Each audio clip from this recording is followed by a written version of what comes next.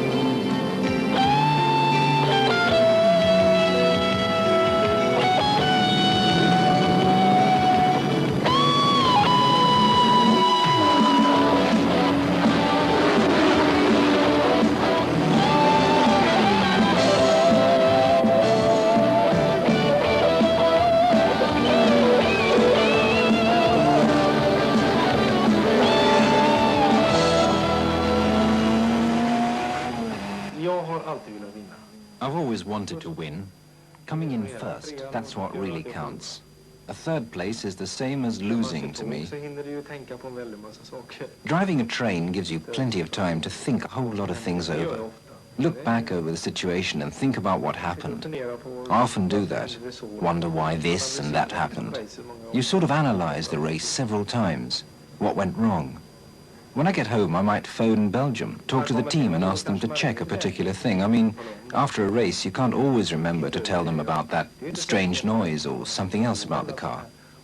It's really important. I mean, they can't know, even if they do their best. I mean, they're in the pits all the time. De står ju i depån, de kan ju inte veta, även om de gör sitt bästa så kan de ju inte veta felet man har haft. Det här handlar om perfektionism egentligen alltså. Perfection is what it's all about, actually. If you make a mistake as you go into a corner, you've lost half a second there and then. And you're reminded about it again and again. Every time you complete a lap and see the times that your mechanics are waving at you. Vilka tider man presterar och allt det här. From my point of view, it's important to participate, but it's also important to win. I think without having the view to the victory, you are not giving the maximum you could give. It's great to feel you can make full use of it. It's a beautiful feeling. You just can't describe it. You can only experience it. If this sort of thing scares you, then you're quite simply dangerous. Ulf Granberg, Anders Olofsson, Johnny Cicotto, Thomas Lindström. 4 sportsmen among the best in their field, racing in standard cars Group A. Cars produced in a series of at least 5,000 during 12 months, of which 500 form part of an evolution series. It's becoming more and more professional, and above all, much tougher. It's not just the race, you know. If you're going to be ahead of the rest, then you just got to drive and check out everything. Even if you know the track from last year, they might have laid new asphalt or changed something else. You've got to keep up to date with these things, test any new tires, see what the best rubber compositions are. That's if you want to win. If you're content staying way down the list, then you probably don't need to take things so seriously. But doing things properly requires a lot of time. The cars are divided into 3 classes. Ulf, Johnny and Anders compete in the most spectacular class, vehicles with engines exceeding a cylinder volume of 2,500 cc.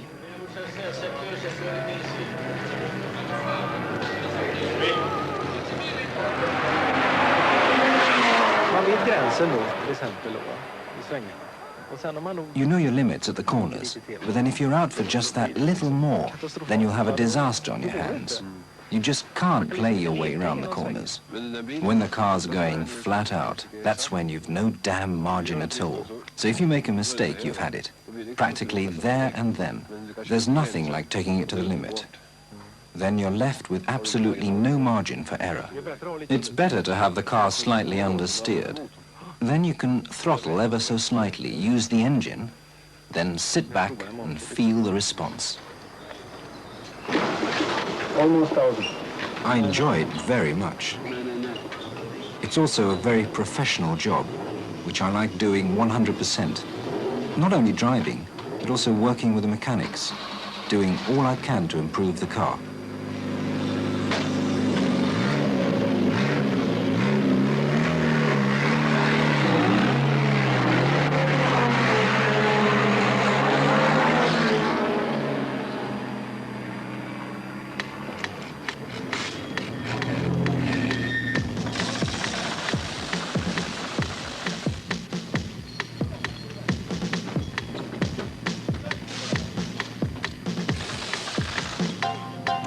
One more.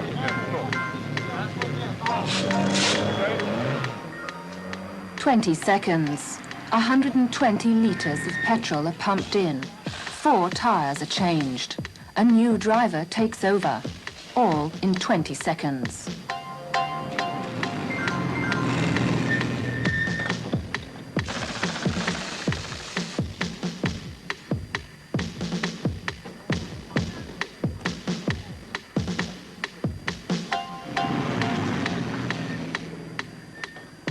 Perfectionism.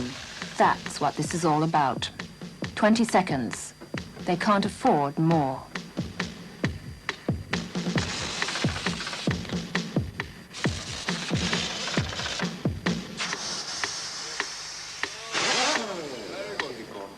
Molto buoni. Oppure gnocchi di patata con pomodoro, formaggio, saltati in padella. Queste specialità della casa. Mi? Tre. No. Da bere? Vino, acqua, coca?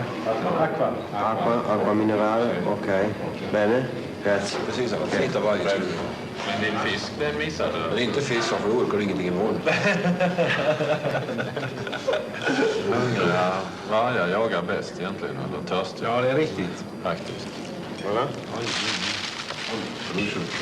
Du äter sillen, så äter jag köttet. Nej, den är så salt sillen. Då får vi beställa in aqua mineraler till. Men däremot kan jag tycka. I wanted to get into motorsports and cars and such like. I wasn't interested in most of the other sports. I felt like that sort of thing didn't suit me, but that driving did. I know there have been lots of others who also felt the same way but haven't managed.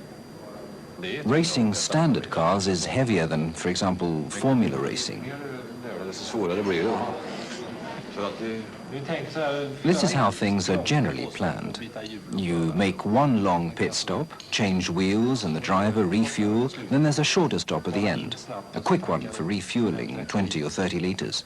Of course, that can all be changed if you get a puncture or something like that. You have to change tactics right away and start counting right there in the pits. That's often where races are won or lost.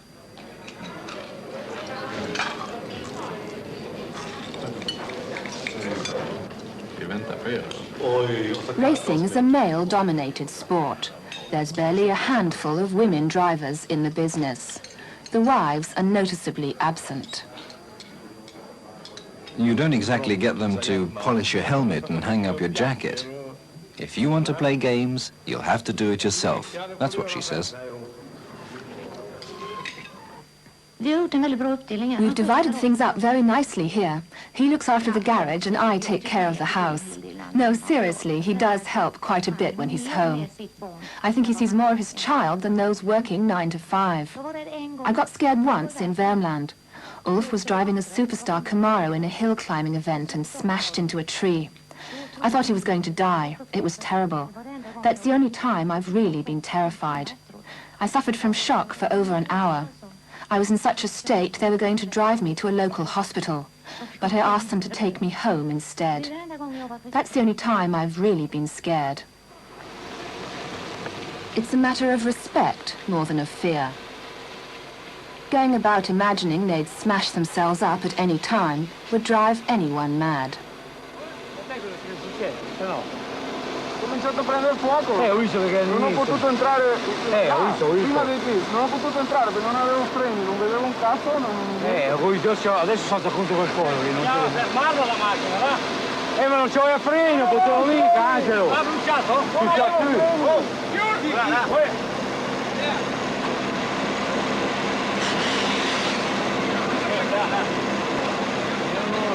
C'era solo fumo.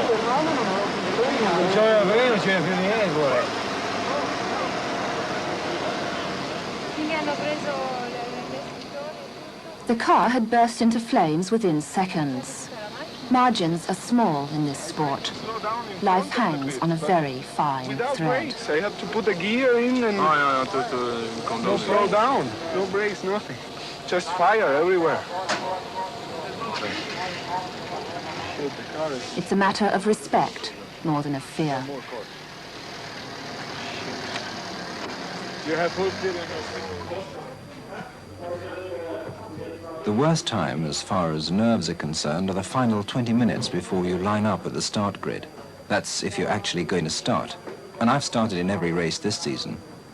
It's nerve-wracking, just sitting there getting hot in the car. Lots of things run through your mind as you sit there in the heat, waiting.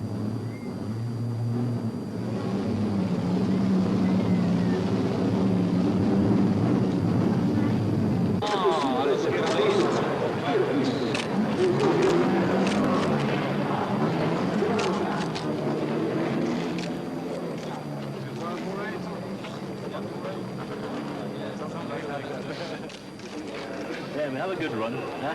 Okay, see you later.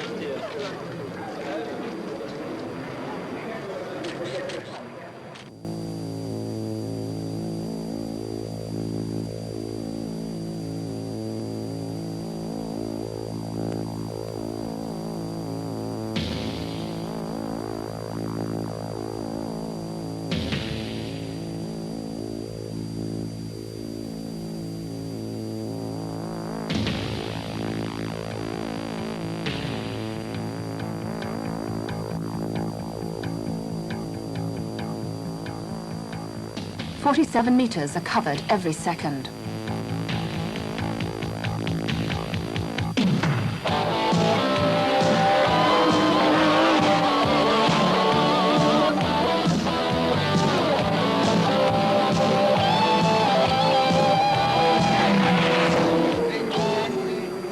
Monza, 5,800 meters per lap, 86 laps.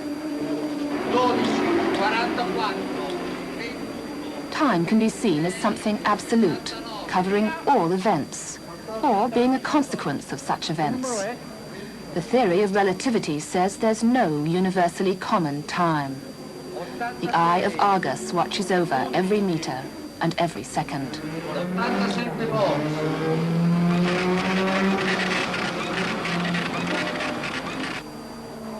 The mechanics have worked non-stop for 3 weeks, day and night. Ahead lie thousands of kilometers, 13 vents totaling 70 hours of racing. Speed is vital, durability just as much. Johnny's leading, Ulf's in second place. Johnny comes in to be replaced by Thomas.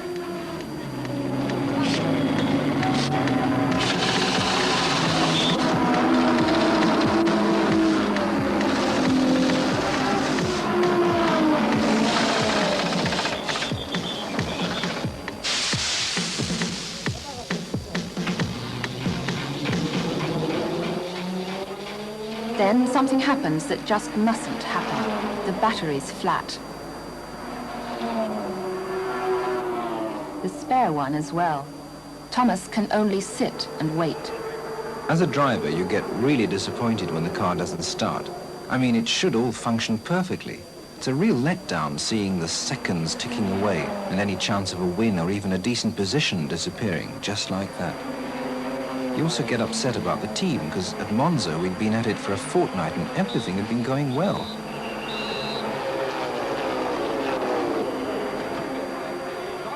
Ulf and Anders never got to the finishing line. Johnny and Thomas lost 6 laps and the chance of any points at all in the race. You don't have to beat anyone to win, but the disappointment feels like a cold shower. A race that started disastrously for Tom Walkinshaw and Wyn Percy suddenly turned into a victory for the two Britons. The step between joy and sorrow is small indeed, at least in motor racing.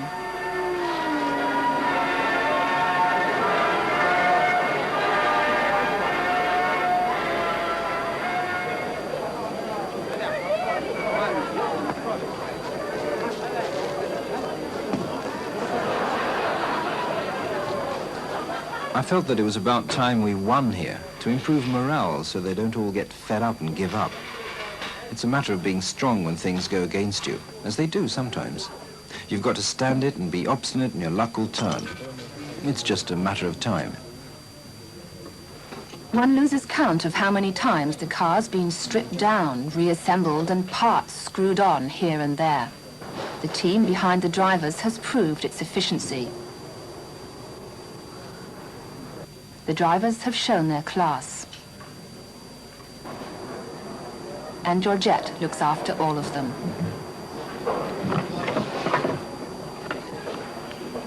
Every track has its peculiarities. Continual adjustments have to be made to adapt the cars to the different tracks. Is it over or understeered? Should we change the suspension and shock absorbers?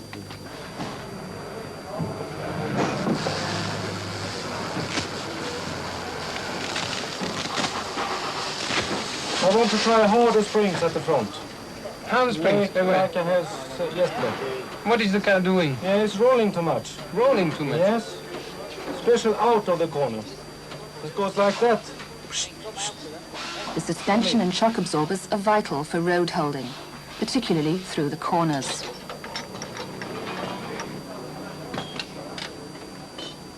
The car could have 4 different suspension units fitted, just as there may be 4 tires with different rubber compositions. So it's not quite as simple as it might look. There's your car, you put 4 tires on, drop of petrol, there's the steering wheel, here's the driver, he hops in, and you're away. There could be up to 10 different degrees of hardness for the front suspension, and another 6 for the rear units as well. Life in the racing circuit is life on the track. Nothing else exists. During the week prior to the race, mechanics and drivers are there every day from 7 in the morning until the early hours of the following morning. Georgette's here, and work has to be done.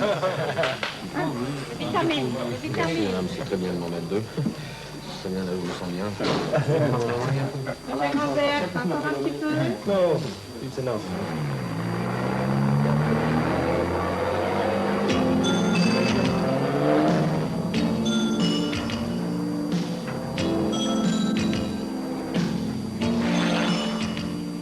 The laps roll by day after day. Tires are changed, suspension units are adjusted, a new actuator is fitted. Will it go faster now? Time is fact, but you can't describe the feel of the car in words.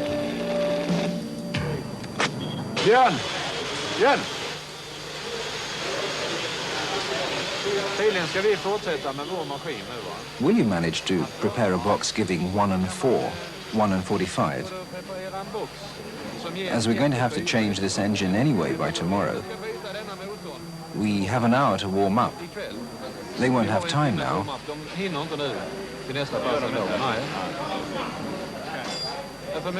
That's why I wonder if you manage to get a box ready giving 1, 4, 145 without water.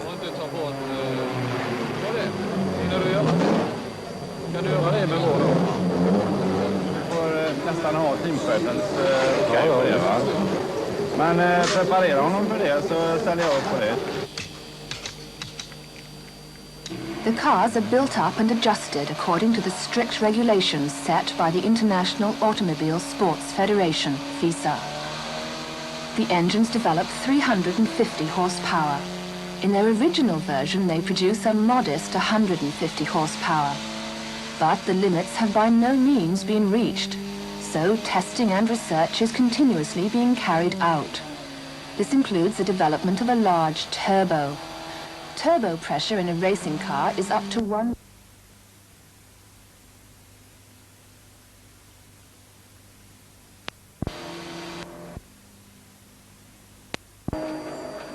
The engines are assembled and fitted by hand. They don't have the same level of tolerance as standard engines. It takes 50 minutes to change an engine, 20 minutes for a rear axle. An actuator can be changed in under half an hour.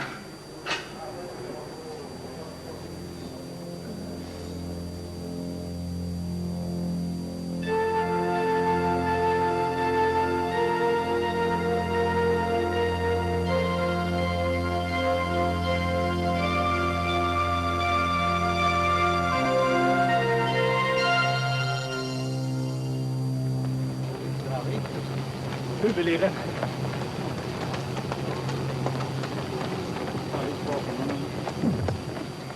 During the season, I just managed to do a little jogging. You do so much test driving that you manage to keep fit that way. You don't use the same muscles anyway. I don't think it really helps however much you run. You really can't manage to drive that much faster. It's a matter of being basically very fit.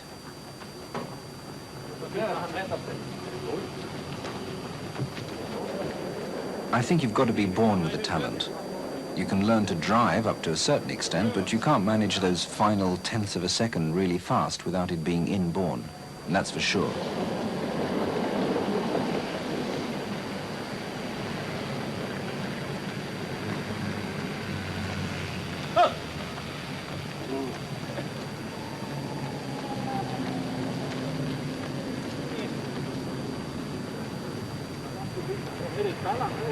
I do, in fact, try to get regular exercise, jogging, running, as well as a little weightlifting. I feel that my body really needs the exercise. Once you've reached 30 or 35, you have to work to keep in shape. You don't rush around chasing girls any longer. Fitness becomes something you achieve artificially, so to say.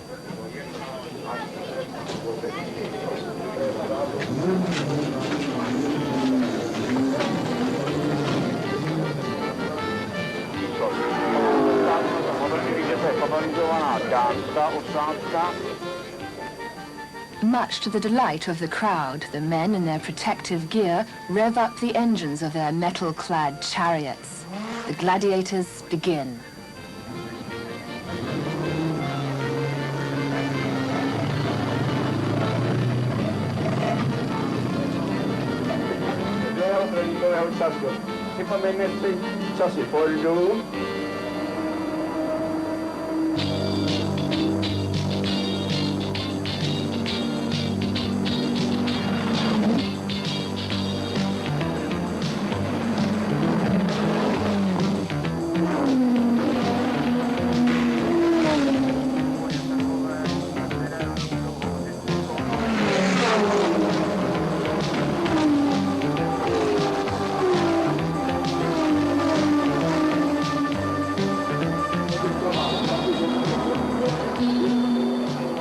Is it the power, the speed, excitement, or the fact that an accident can happen at any moment that causes people to flock to the arenas in their masses?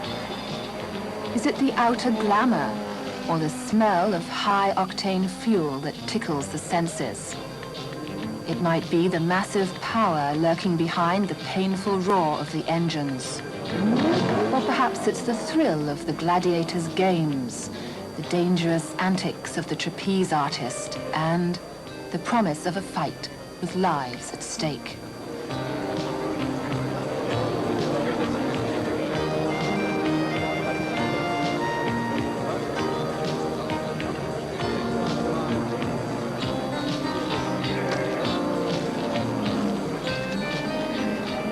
This raw power, the fascination with speed which has, mysteriously, thrilled people for hundreds of years.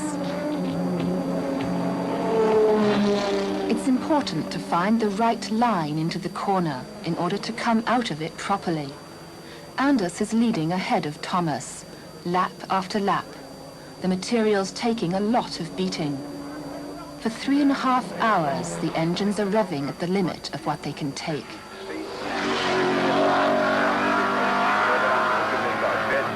Trošičku jsme je typovali. Jsme si vítěz patří mezi We're on the last lap but one. Johnny's waiting with his mechanic to give Anders the lap time. But where's Anders? It's Thomas who reaches the finishing line first. Tom Walkinshaw's behind him, followed by Anders.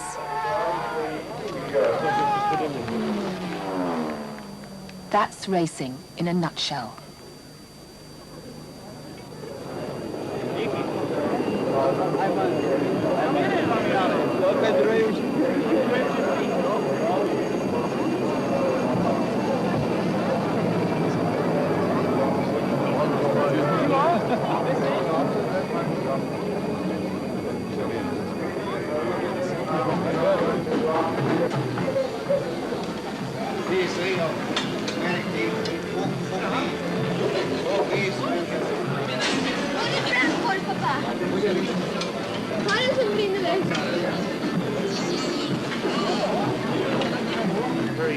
A fillet without bones.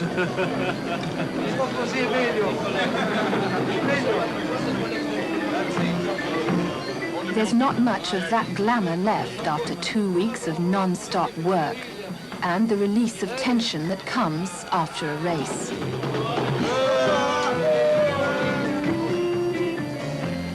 Behind all this, what's on their mind right now is a really long sleep.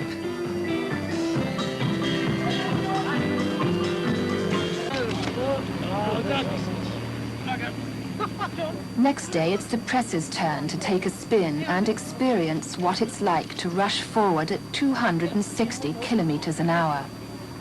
It's part of the glamour, probably more glamorous for the journalists than for the drivers, but it's all part of the job.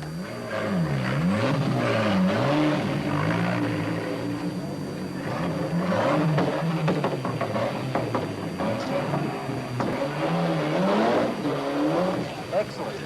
Yeah, good idea. Very good. Tieni scaldo, eh? Vi ha promesso 2 minuti giusto, eh? Aspetta solo quel momento lì.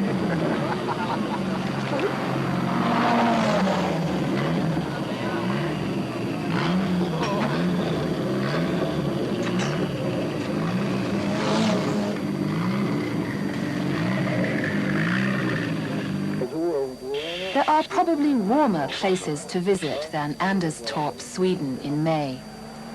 The team's been here 2 weeks testing new tires. They measure temperature, try different compositions of rubber, measure pressures and make adjustments.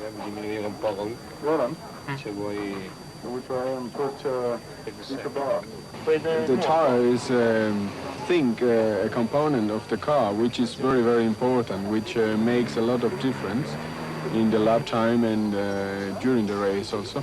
Because you can have a very quick tire, but it lasts maybe only for 2 laps, like a qualifier, or you have a little bit slower tire, but then it stays there for the rest of the race for 1 or 2 hours race. I mean, it's difficult to choose the right kind of tire for each circuit, because you have to find the fastest tire which lasts for the 1.5 or 2 hours which we need before the pit stop. The rules say that all cars should have the opportunity to practice for 3 hours, divided into 2 runs. The fastest car then takes pole position at the start, right up at the front, and something of a victory in itself. The race on the following day underlines how important strength and reliability are, apart from speed.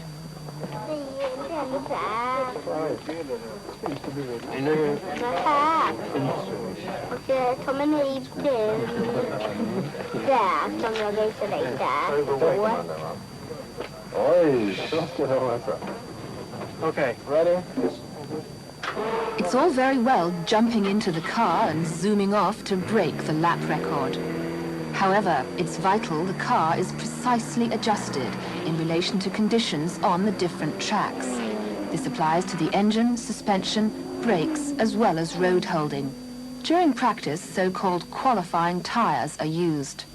Here again, they have to be well adapted to the track, the asphalt, and the temperature. These tires have a considerably softer rubber composition than the race tires. They very quickly achieve maximum grip, but wear out just as rapidly, with the car skating about as on an ice rink after a couple of laps. Achieving fast times requires a certain amount of luck with traffic. A single obstacle can ruin everything. But it's a long race. You drive either 3.5 hours or at least 500 kilometers. Det primära är ju ändå i sista änden att ha en... The vital thing is having a good car that works 100% during the race, so that it doesn't really matter whether you're in first or fifth place. Så har det i praktiken ingen större betydelse.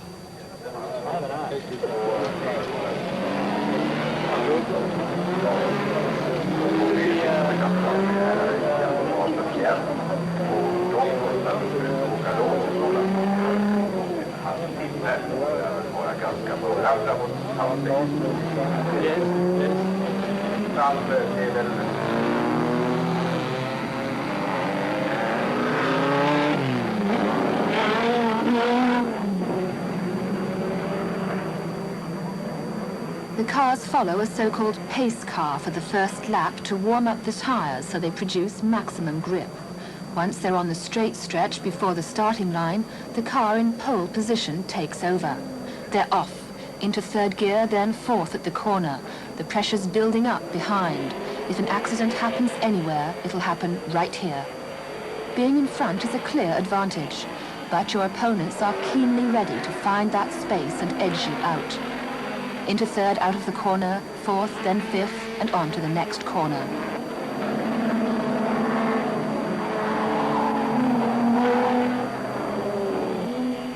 Top speeds at Anderstorp are around 240 kilometers per hour.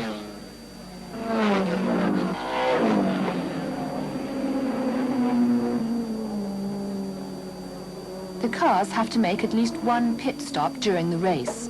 They do about 8 miles to the gallon, and their tanks don't contain enough fuel to see them through the entire distance. They have to change drivers, Anders replacing Johnny and Ulf taking over from Thomas, as well as tires, which are completely bare after almost 2 hours racing. The quicker, the better. One driver out, another in. A quick exchange of words. Everything works smoothly, as it has to if you want to stay with the world's top elite. And they're off again. They must have consumed more fuel. We were having some really tough duels at the start, and those duels don't occur during training when we work out petrol consumption. I suppose we'll have to make another quick stop at the end. I almost ran out of petrol. Having problems during the change? Yeah, they didn't know I was coming in. They thought I was going to come in 5 laps later.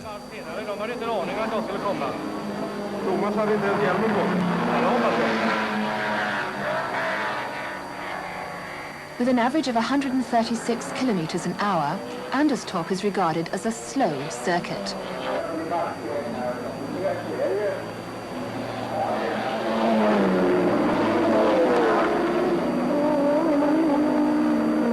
After 3.5 hours, there's just 2.5 tenths of a second separating Thomas in the lead from Armin Hane. Anders is 35 seconds after them.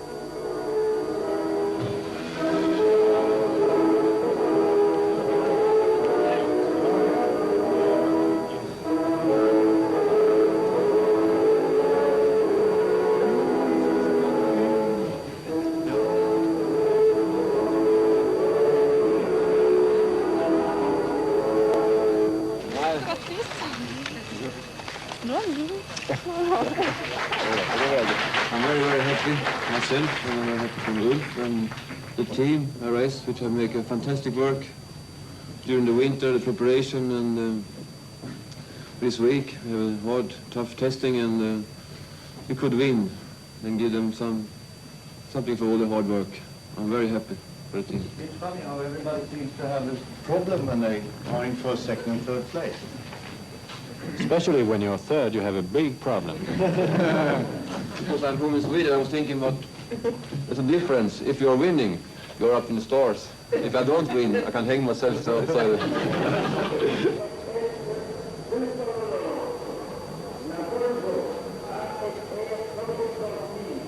Volvo. What's that mean? La Volvo? Yes, the Volvo. You are a pilot with Volvo.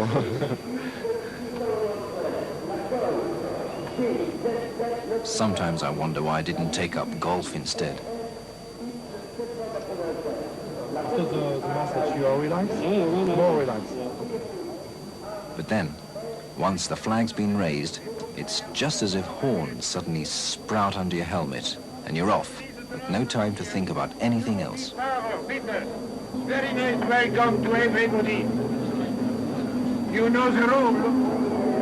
To make a good race, a pretty good race, we need not too bad organizer, but we need first of all pretty good drivers. You are pretty good drivers. When you stop in the pits, 4 mechanics, not more, not less. I don't speak about the attendance for fuel, for the attendance and the technicals for tires. It's quite another thing.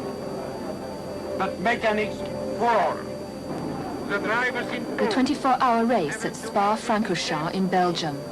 One big challenge to man and machine from start to finish. The life becomes great.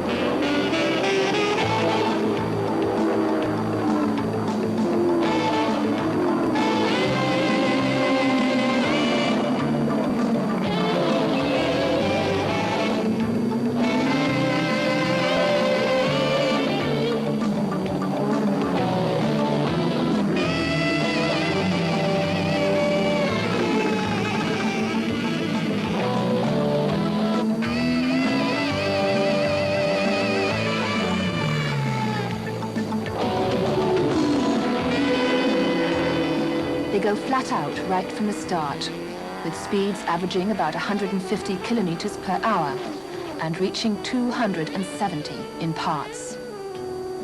They start in the late afternoon, drive all night and all the next day.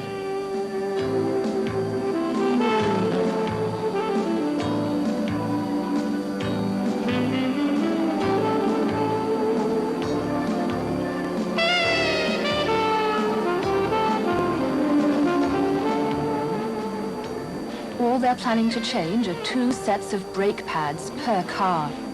Everything else will hold. Or will it? 24 hours is a long time. It takes 1.5 minutes to change brake pads, 35 minutes to change a turbo unit. And they can usually manage a rear axle in 20 minutes.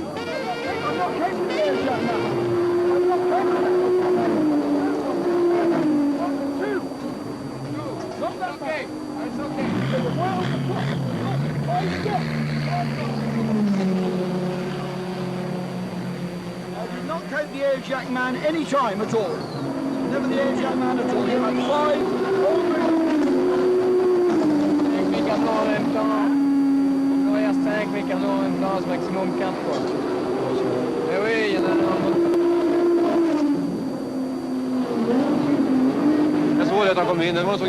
After 9 hours of merciless driving, Johnny and Anders are in 2nd place, with Ulf and Thomas 6th.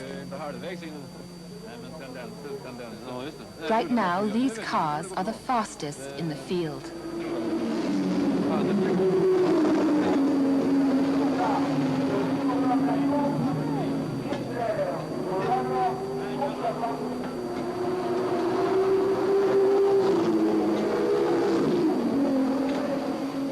And there was evening.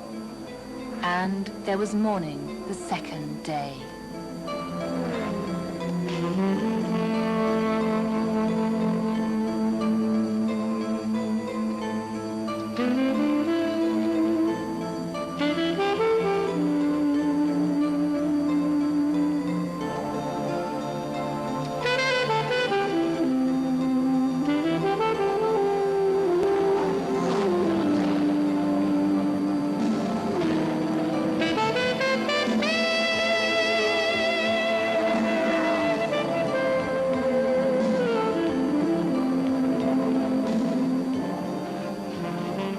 It's really warm.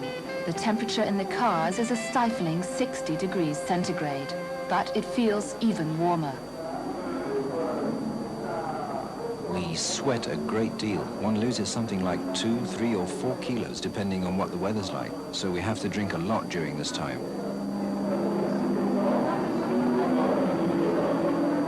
In such conditions, survival very much depends on the body getting the liquids, minerals and vitamins it needs. Doctors are on hand, continuously checking up on the drivers throughout the race.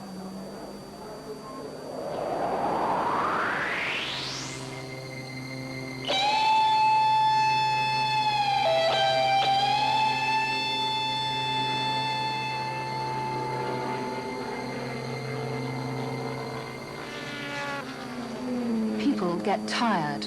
Mistakes happen. 24 hours is inhuman. And the question is, will the car hold? Is the material good enough?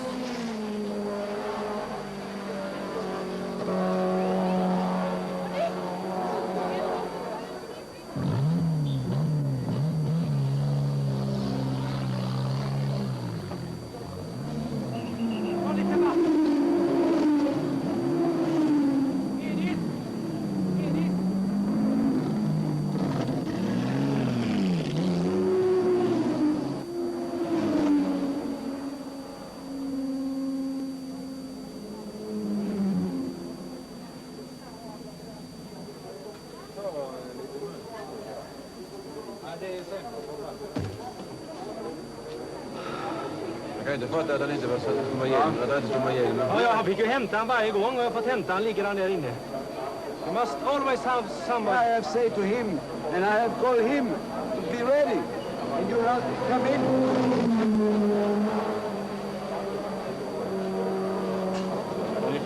It was so hot. I can't believe it. If you stop now for the podium,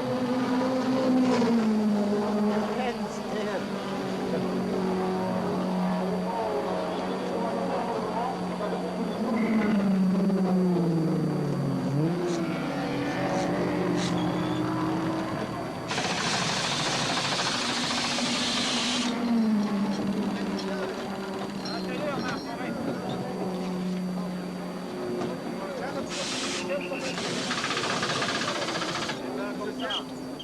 Comme ça, il fait pour pas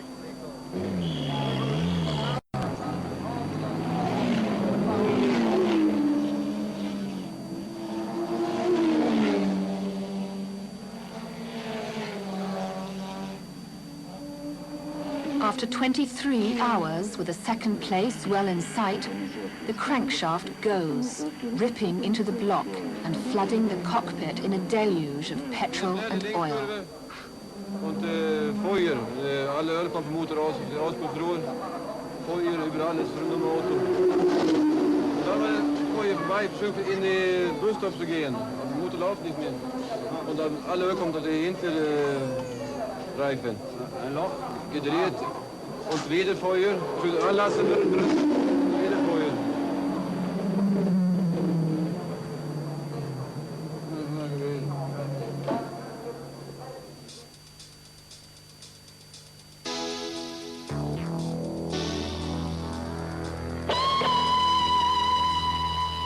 It's the Germans' day for the first time. Former world champion Dieter Quester regains the blue ribbon of Spa-Francorchamps. Det känns alltid väldigt, It's always a big letdown to have to break off a race because of some material failure. But okay, that's the way it can go in racing. You can't expect things to hold 100%. I mean, we're pushing them up to the very limit of what they can take. Vi är så pass nära gränserna på vad saker och ting tål.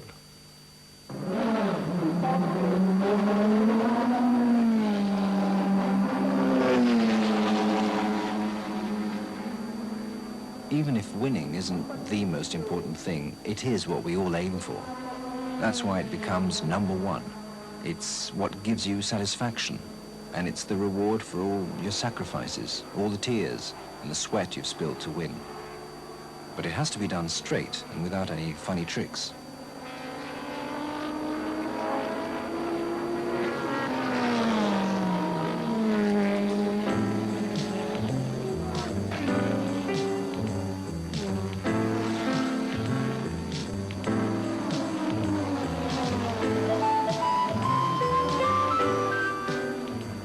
Winning, that's what it's all about. Second and third place are the same as losing.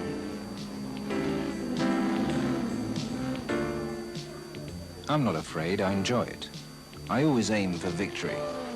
I try my best, and I think most of them do the same.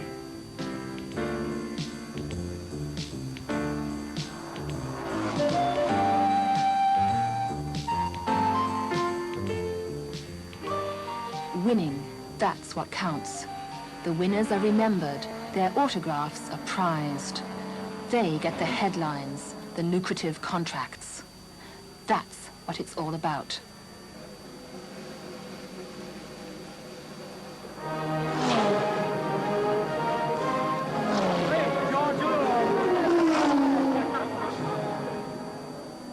All the waiting is forgotten. All the boring hotels, trips, missing your family, the tedious training and testing. All that's forgotten when you win. Winning, that's what it's all about.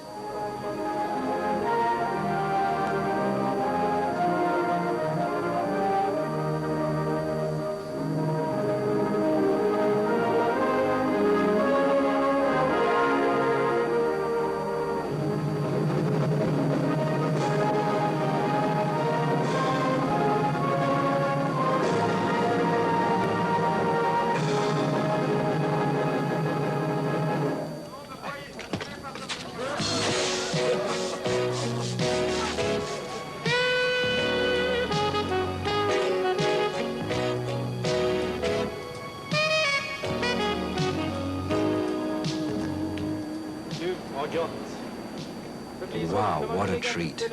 That's how it feels after a fortnight on the road before you get home. It's heavy going. But then, after a week, you get that hunger again.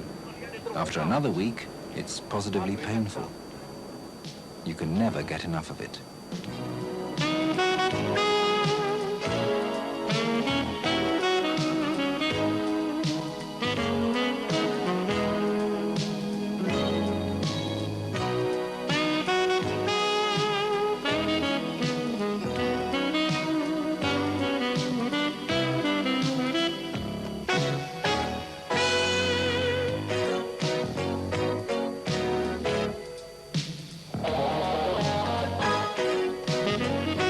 So that's it for the first Passport special of 1988. And we'll be setting off tomorrow night with the first of the new run of Passports on the new motor racing season.